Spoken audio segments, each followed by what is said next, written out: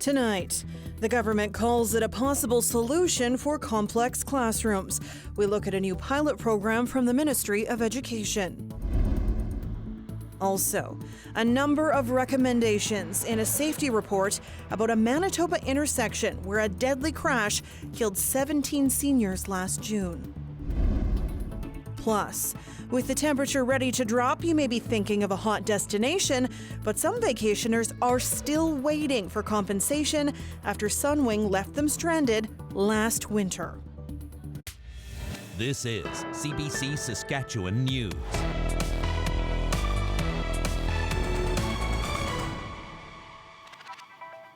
It is Monday, January 8th, and the CBC Saskatchewan News starts right now. Good evening and thanks for watching. A new pilot program in the province's schools has drawn the ire of critics and teachers. Being created are specialized classrooms to deal with what the government is calling disruptive behavior. Alexander Kwan has the story. So if this is the plan from the government, I would say it falls well short.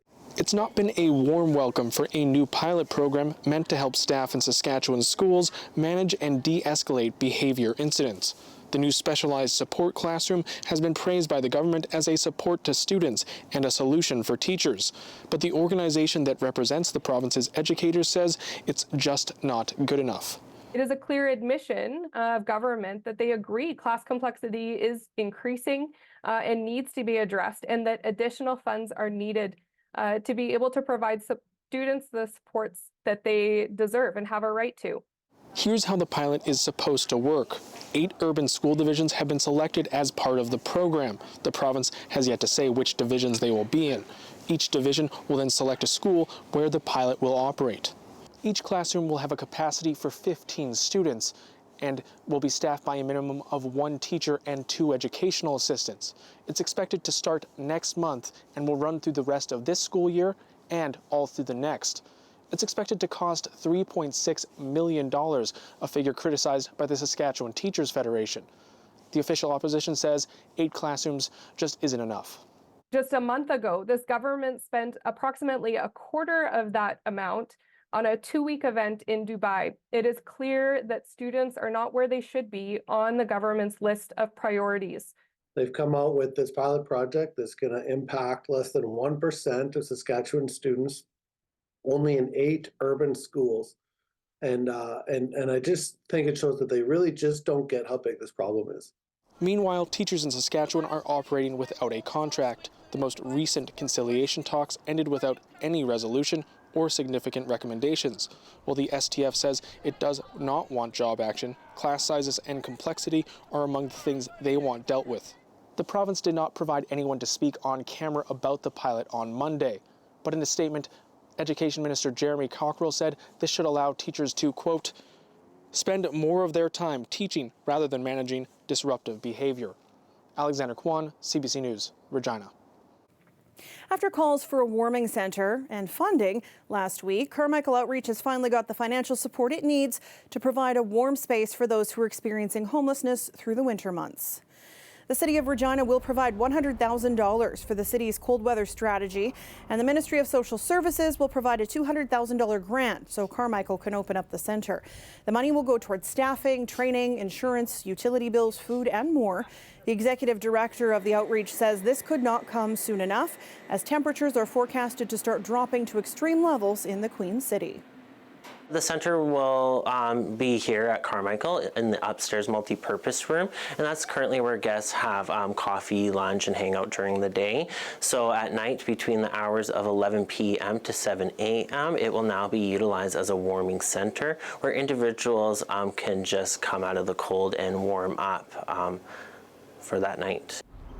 Gelsinger says there is a need for a warming centre in the heritage area, as walking to North Central for the city's only other official warming centre may be too far for some to go. There will be snacks and coffee provided for guests, but there will not be any sleeping area. Until the centre is ready to open later this month, Carmichael will provide a temporary warming bus in front of its building for people who need temporary shelter from the cold. Last fall, we showed how packed city buses in Saskatoon meant some students literally got left behind. Now, the city has identified how that happened in a new report. It will be discussed on Tuesday at a city committee on transportation. The report says over 2023, Saskatoon's population boomed by about 14,000. That population surge is being blamed for the high transit demand. Buses in areas like Evergreen, Stonebridge and Rosewood were operating at full capacity. Today, some routes are still completely full. The report says buying more buses would help. The goal is to have buses coming by at least every 40 minutes. A new report is out today looking at the safety of a Manitoba intersection where a deadly crash took place last June. 17 people were killed when a bus full of seniors hit a semi-trailer truck. As Cameron McIntosh tells us, the report details a number of recommendations. This is the intersection of Manitoba Provincial Highway 5 and the Trans-Canada Highway east and westbound near Carberry, about 160 kilometers west of Winnipeg. 6 months ago, this was the site of Manitoba's deadliest ever traffic accident when a minibus traveling south here down on Highway 5 tried to cross over the eastbound lane of the Trans-Canada Highway and was struck by a semi-tractor traveling full speed with the right-of-way. As a result, 17 people were killed, 2 remain in hospital. Now the province of Manitoba says it's concluded a safety review of the intersection and that changes will be made. It's looking at 3 options, including a roundabout, a wider median, and a so-called R-cut, basically a new configuration of the intersection that wouldn't allow vehicles to cross over the Trans-Canada, but would force them to turn right, take a U-turn, and then turn right again. All options that Manitoba's Premier Wab Kinew says are on the table right now. Is putting a roundabout on the Trans-Canada the safest thing that we could do going forward here? Is bringing in a new traffic feature like an R-cut or an interchange the safest thing that we can do here? And that's why we need this public consultation, because us as the government shouldn't be making this decision behind closed doors without hearing from you. And so that's why we want to hear from the ag industry, the trucking industry, folks in Carberry, people affected here in Dauphin, highway users from across the province. Now, for years, people around here have been calling for improvements to this intersection. Over the past decade, provincial numbers show there have been 29 collisions in this intersection. Nearly half of them have been fatal. One thing that's not on the province's radar right now is a grade separation or an overpass. While it's a busy intersection, the province says the volumes here just don't justify that kind of construction. As for the RCMP investigation into the crash, it's still ongoing. The RCMP say they still want to talk to the driver of the bus, who's still in the hospital. Cameron McIntosh, CBC News, near Carberry, Manitoba. All the snow and chillier temperatures may have you contemplating a hot holiday, but some travelers are still financially strapped after being stranded by Sunwing last winter. Now, a year later, some say they're still waiting for adequate compensation from the airline. Pratush Dayal reports.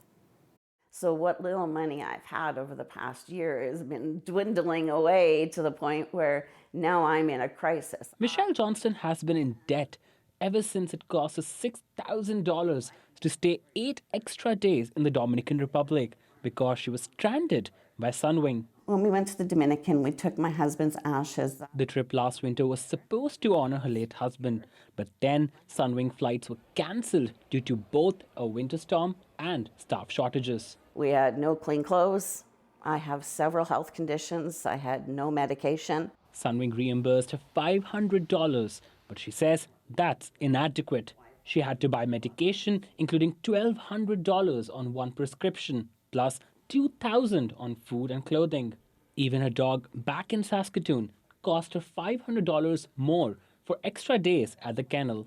The Canadian Transportation Agency, or CTA, says it received more than 1,200 complaints from Sunwing passengers due to flight disruptions. CBC spoke with dozens of Canadians from coast to coast, still waiting for compensation for their out-of-pocket expenses. Like Johnston, most of them received $500 from the airline.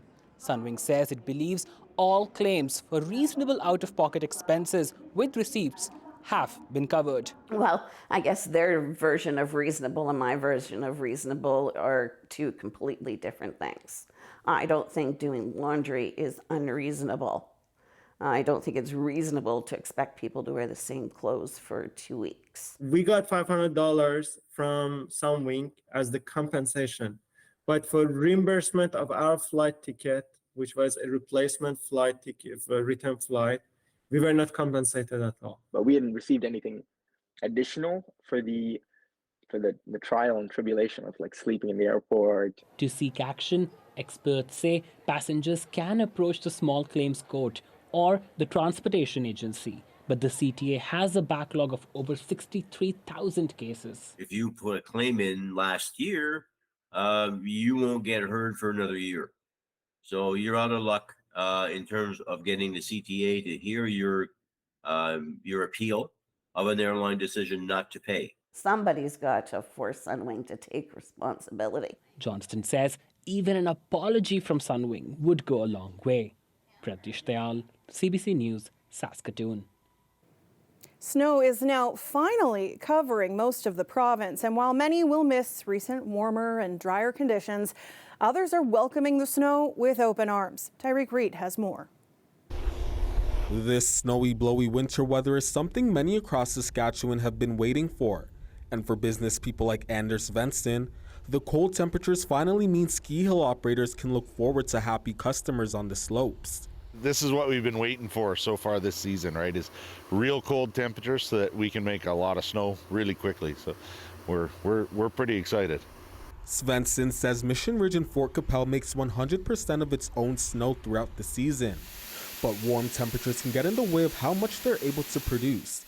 He says the park was able to partially operate through the Christmas season despite the dry weather. But he says forecasted cold temperatures makes him optimistic the hill will be fully open for the rest of the winter season.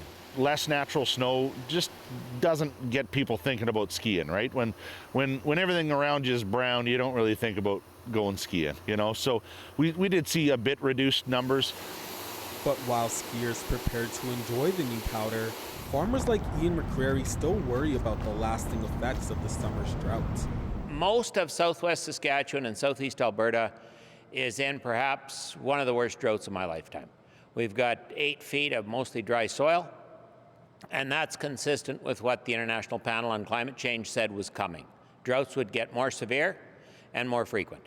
According to Environment Canada, much of the province is still abnormally dry. Parts of Southwest are considered to be in an extreme drought. Experts say the province has been in a drought for nearly 8 years. McCrary says this recent snowfall won't even put a dent in these conditions. It's not a material amount of precipitation for next year's crop. It'll probably do more to bury the feed the cows are grazing on right now than it will help with next year's crop at this point. Farmers and skiers are remaining hopeful that cooler, snowier conditions will continue through until spring. Tyreek Reed, CBC News, Regina. The puck officially dropped for the Regina Outdoor Hockey League over the weekend. The event gave kids the opportunity to skate with Regina Pats players. The program is through the Ranchero Sport Venture program. This is the 31st season for the league that operates at 8 different locations. The Outdoor League works to fill the gaps so that every kid that wants to play can.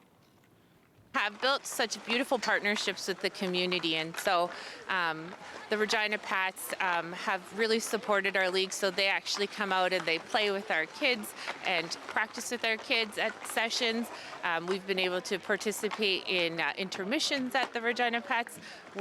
We've been invited to go to Frost this year, so we're chartering some buses and we get to go play a game on the rink at Wascana.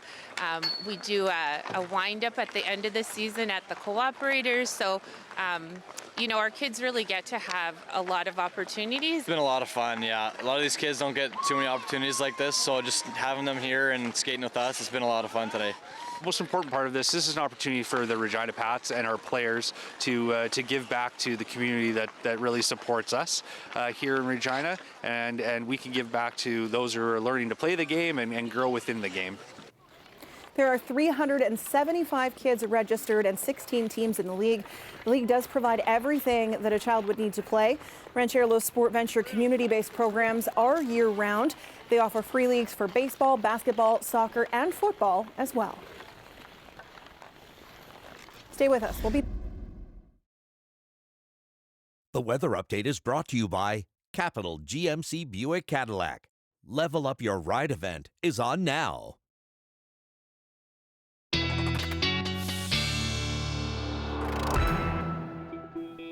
Welcome back. Our weather specialist, Ethan Williams, joins me now. I would say your forecast today is brought to you by the letter B for Burr. Oh, yeah, that was a cold one to wake up to in all of the province, no matter where you were this morning. And really, the stats tell the stories here, because for both Regina and Saskatoon, this was actually our first minus 20 overnight early this morning that we've had all fall and winter. And also, the first minus 30 wind chill that we saw in both of those cities, and a lot of other places in the province, especially south and central, through these seasons as well. And according to our wonderful weather stats keeper, Rolf Campbell, he tells us that that is, in Regina, at least the latest that we've seen a minus 20 through fall and winter on record. Records going back well over 130 years, 140 years basically. The previous record, we got to January 2nd of 1998.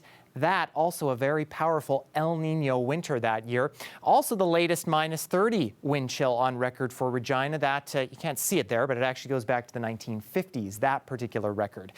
The wind chills in northern Saskatchewan feeling into the minus 40s, and places like Uranium City, Stony Rapids, Key Lake, you're in for a few days like that ahead here. Meanwhile, in central Saskatchewan, we are dealing with an incoming clipper. We've seen a couple over the last couple of days, and this one going to be a little stronger, bringing anywhere between 10 and 15 centimeters of snow, and maybe some blowing snow as well. So here's how we're expecting things to play out. The system starts moving into west central and southwestern Saskatchewan around 9-10 o'clock tomorrow morning, quickly moving its way eastward, maybe even a little bit of mixed precipitation in the southwest as temperatures there get above the freezing mark. Regina, Saskatoon, snow intensifies mid-afternoon tomorrow, and that sticks with us, especially through central Saskatchewan through tomorrow evening, and even into the early hours on Wednesday, and even eastern Saskatchewan still seeing a few flakes as we head into late Wednesday. And then another system moving through the states, bringing through some snow, likely as we head Thursday into Friday. So that swath of the heaviest snow in the snowfall warning, probably anywhere between 10 and 15 centimeters. This model saying maybe a little bit more, maybe locally 20 centimeters in some spots.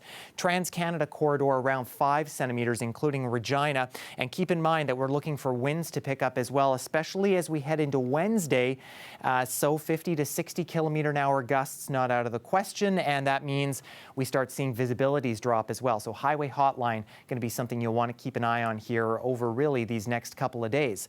So for Regina, temperature not too bad tomorrow, but that's where the snow begins. Another 1 to 3 centimeters early Wednesday as our temperatures start to plummet very quickly. Overnight lows into the minus 30s, and the wind chill values not only for Regina but also for Saskatoon, likely near or below minus 40 here. So some dangerous cold as we head toward the weekend.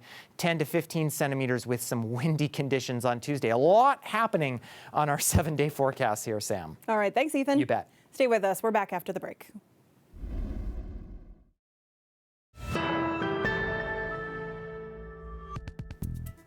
Welcome back. Inspectors are starting to check out Boeing's fleet of 737 MAX 9s.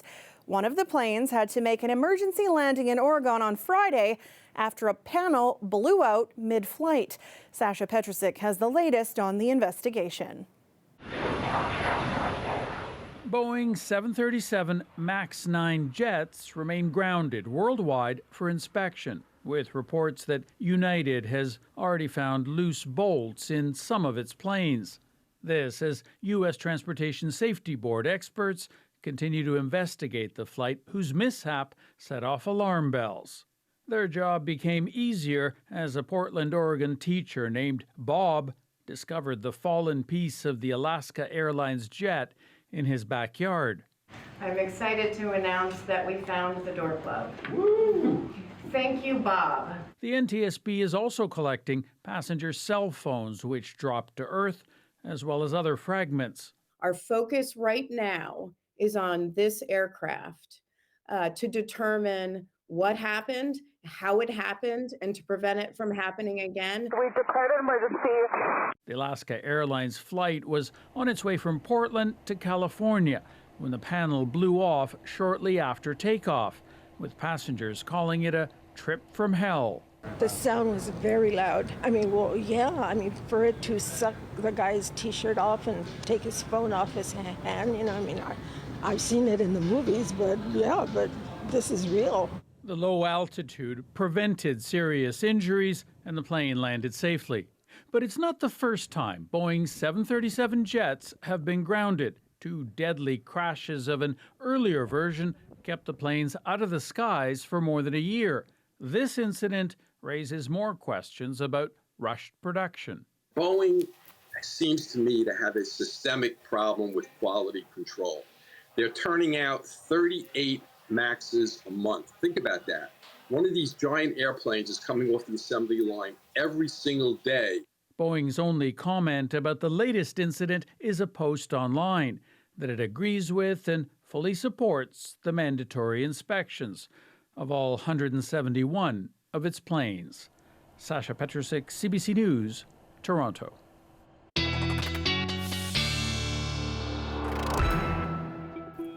And Ethan's back with one last look at your weather. Another chilly morning in Regina. Tomorrow we're looking at a temperature below -20. Wind chill likely going to be around -30. And keep in mind, a little bit of sunshine in the morning before things start to cloud over as we head into the noon hour. Probably 1 or 2 o'clock we'll start to see that snow fly. In Saskatoon, same thing as we start the day. A little bit colder still, looking to be around -25. Wind chill into the -30s. Flurries likely by the noon hour before things intensify as you're under the snowfall warning as we head a little bit later into the afternoon. But just because the weather is getting a little messier and a little colder doesn't mean you can't step outside and get some great activities and exercise and some great photos as well. These coming from Susan McDonald. Going to be a little bit snowier in the coming days there, Sam. All right. Thanks, Ethan. You bet. And before we leave you tonight, Dakota Dunes Casino hosted a New Year powwow at Saskatoon Centre over the weekend. We popped by to catch the sights and sounds. Well, to have it in the new year and be the first one actually in Canada or in Saskatchewan that I'm aware of to have a big major powwow, and a turnout is great. That's why the success was good. I know in Canada, I believe it's the first one this year, so to have it out, start the year off fresh, you know, get people going and enjoying the culture and getting things going until the next powwow, probably not till the spring, I would think. Well, for us, it's sharing the culture, it's meeting people. You know, it's getting to know the language and the songs. They're all various different cultures. Like there's Cree, Nakota, Lakota, Dakota, Ojibwe, and Anishinaabe. There's a bunch of different cultures that come together and meet. And we get to speak and talk and laugh together. Eh? It's important. That laughter is important in our culture. We're treaty people, and my kids know this. We talk about it often. So coming here is just another way of teaching them more about Indigenous culture and people. They're all over from North America, Canada, you know, Saskatchewan, and then you get into the U.S. I know we got some people from Wisconsin and likely down in the southern area. I know they're all over the place in North America. Oh, it's great to have it back. It's good for us, like as an organization, to start bringing back, like I said, sharing our culture, sharing success. This is the second powwow the Saskatchewan Gaming Authority had this year. Well, we had one last year, so I guess in the last 6 months. So we plan to move this forward, keep it going, so it's good to be back after this pandemic that slowed us down a bit. And that is it for us tonight. For news anytime, you can head to cbc.ca/sask or /Saskatoon. Subscribe to CBC Saskatchewan's YouTube channel or go download the CBC News app on your phone or tablet. Thank you so much for watching. Have a great night.